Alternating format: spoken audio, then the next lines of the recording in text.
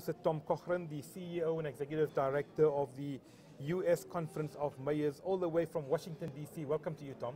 Thank you. Good to be Great, here. Great having you in South Africa, yeah. It's great to be here. Tell us about your organization. Who do you represent? We represent the mayors of the United States of America. Our organization is 81 years old. It was founded in 1932 when we had the Great Depression. Mayors went to see President Roosevelt and rented a space and had a conference of mayors, and the name has stuck. And so we now are a prime lobbying organization, best practices, research, political action. We are bipartisan, and right around from the White House is our headquarters. You obviously well represented at Metropolis. What do you believe is going to come out from this conference? Is it not just another talk shop, or do you believe there could be some firm action, concrete action? Well, we come here under the Safer Cities network, which is under the UN Habitat.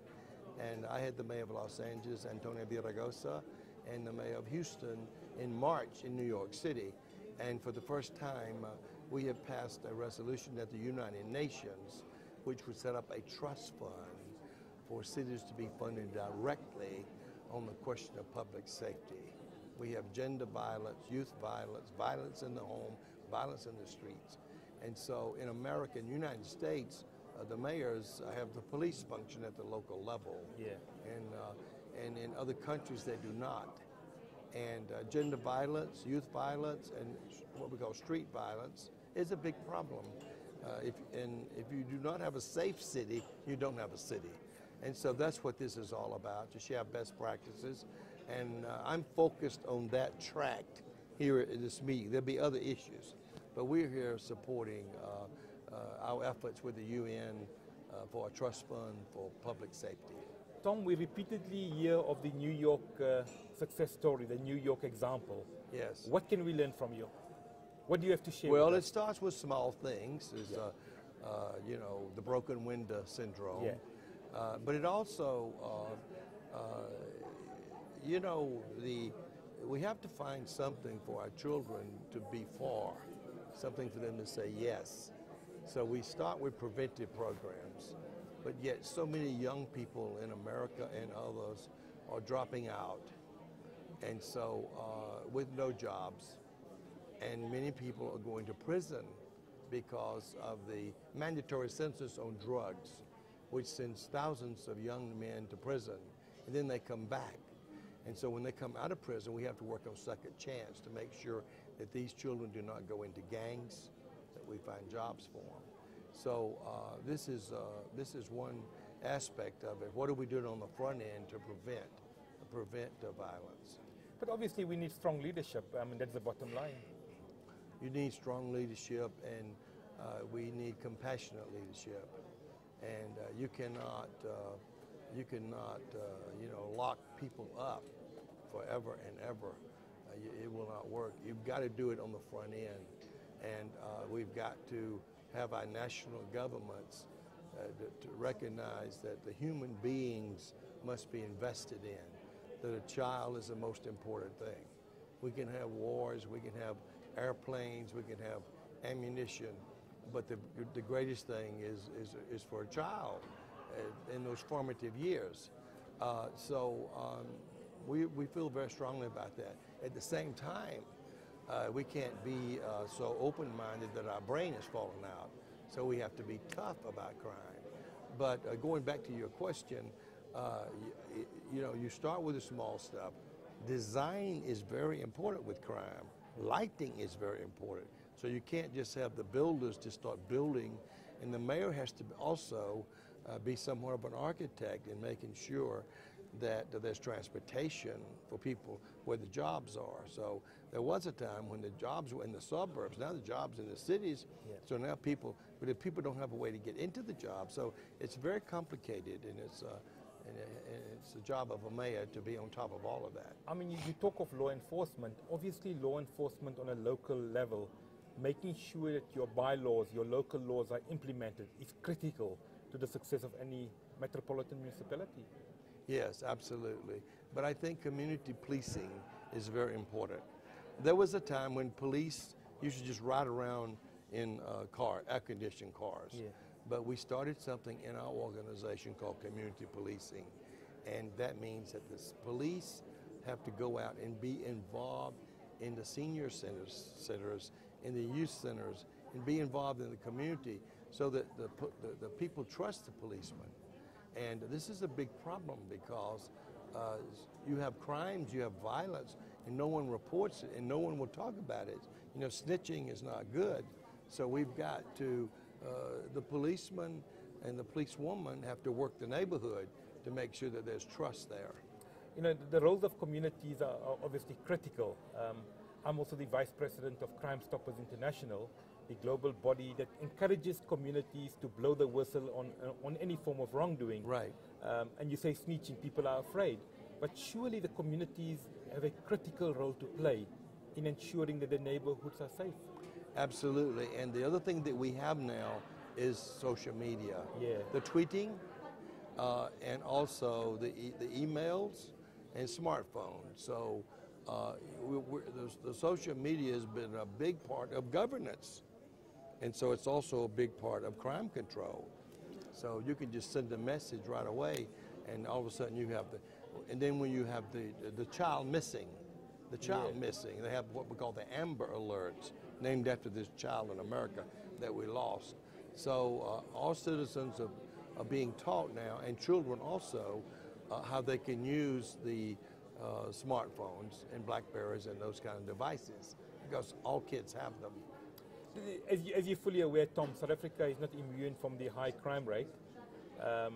You in Johannesburg, very often dubbed as a hotspot for crime around the world. If you have a few messages for our mayors in South Africa in terms of safer communities and safer cities, what will that be? What do they have to do? Well, I think you need to look at, as I say, you need to look at what we did in New York. There was a time when you couldn't walk the streets of Washington D.C. at a certain time, or Chicago, but you have to have the community policing. You have to have the trust. You have to build that trust, and also you have to have a police force that's trained, and you have to have a police chief that's got a master's or a doctor's degree.